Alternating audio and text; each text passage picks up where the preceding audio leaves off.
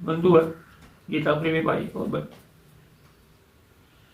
आपके सामने गीता विषय के ऊपर जो चर्चा चल रही है, तो 18वें अध्याय 17वें अध्याय का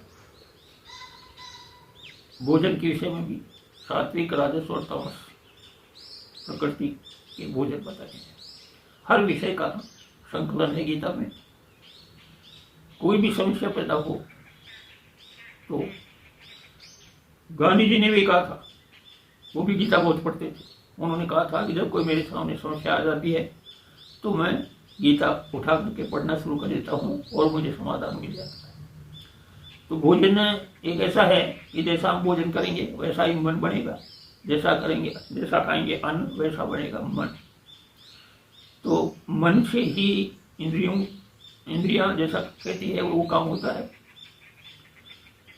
शुद्ध मन बनाने के लिए शुद्ध भोजन भी होना चाहिए। कैसा भोजन हो? आहार सत्वार सर्वस्व त्रिविधो भवति प्रिय। आहार भी 3 प्रकार का है। पहला उन्होंने जो बताया है सात्विक भोजन, वो कैसा हो? वो हो आयु सत बलारोग्य सुख प्रीति विवर्धना रस्या स्निग्धा स्थिरा आहारा सात्विक प्रिय। ऐसा भोजन ही प्रिय है। आयु बढ़ाने वाला, बल देने वाला, आरोग्य देने वाला, सुख देने वाला, प्रीति देने वाला, स्निग्ध ऐसा रस है जो शरीर में पाचन क्रिया में जाकर के पाचन क्रिया सही हो। ऐसा भोजन ही सात्विक भोजन कहलाता है। तो सात्विक भोजन करने वाला भजन भी कर सकता है, उसकी भक्ति भी पूर्ण हो सकती है, उसका मन एकाग्र भी हो सकता है, क्योंकि मन बड़ा चंचल है। अर्जुन ने कहा ना, ये वायु के समान मन चंचल है, वायु को पकड़ नहीं सकते एक मुट्ठी। तो भगवान ने उस समय कहा है कि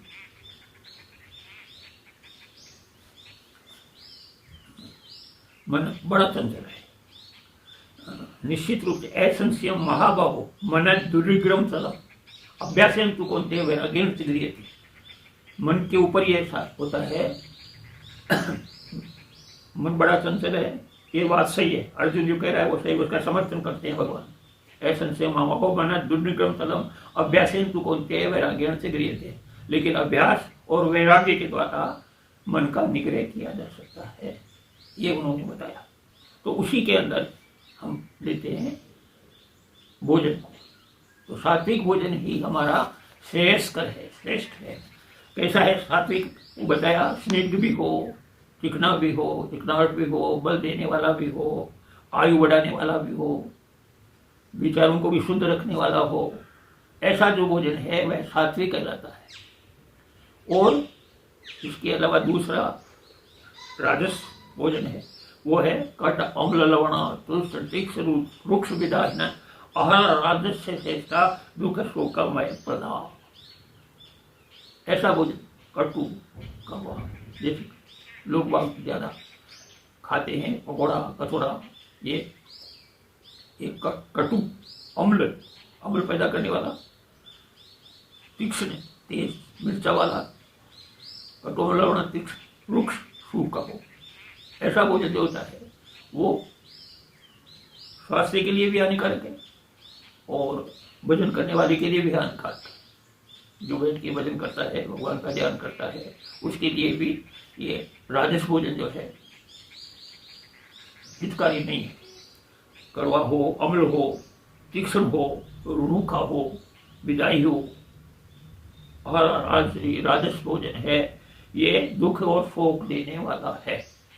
दुख पैदा होता है, ज्यादा मिर्चा खा गए एसिडिटी हो जाएगी, कुछ विकार पैदा हो जाएंगे, जलन पैदा हो जाएगी, तो उसका मन भी डवाडोल होगा। इसलिए राजस भोजन भी हितकारी नहीं है। तीसरा आता है तामस। सात्विक, राजस और तामस। तामस भोजन भी होता है। वो कैसा होता है, यात यामम गतरत्सम पूति परिषितम जयत उच्चिष्टम अभी च गद्यम भोजनम तामस प्रियम। तामस व्यक्तियों को, जिनका स्वभाव तामस है, वो बासी भोजन, 3 घंटे 4 घंटे से रखा हुआ भोजन हो, बासी भोजन हो, झूठा भोजन हो, ये जो करते हैं भक्षा भक्ष्य, वो भी तामस में ही आता है। जो अभक्ष नहीं खाने की चीज़ है वो भी खा जाते हैं। तो ऐसे तामसी वृत्ति वाले बन जाते हैं। जो जैसा भोजन करता है उसकी प्रकृति, उसका स्वभाव भी उसी प्रकार का बन जाता है। सात्विक भोजन करेगा, मन वचन और क्रम से शुद्ध रहेगा। राजस भोजन करने वाला है तो वो उसी तरह के विचार प्रकट करेगा। जैसे क्षत्रियों का स्वभाव होता है, वो ज्यादा राजस भोजन करते हैं ऐसा बताया जाता है। तीसरा जो बताया है वो यात्रा जिसका रस पूरा हो गया है, ठंडा हो गया है, बासी हो गया है, किसी का जूठा है, ऐसा जो भोजन होता है वह तामस भोजन कहलाता है। तो भोजन से ही मन की गति चलती है। जैसा करेंगे, जैसा खाओगे अन्न वैसा बनेगा मन, ये बात प्रचलित है।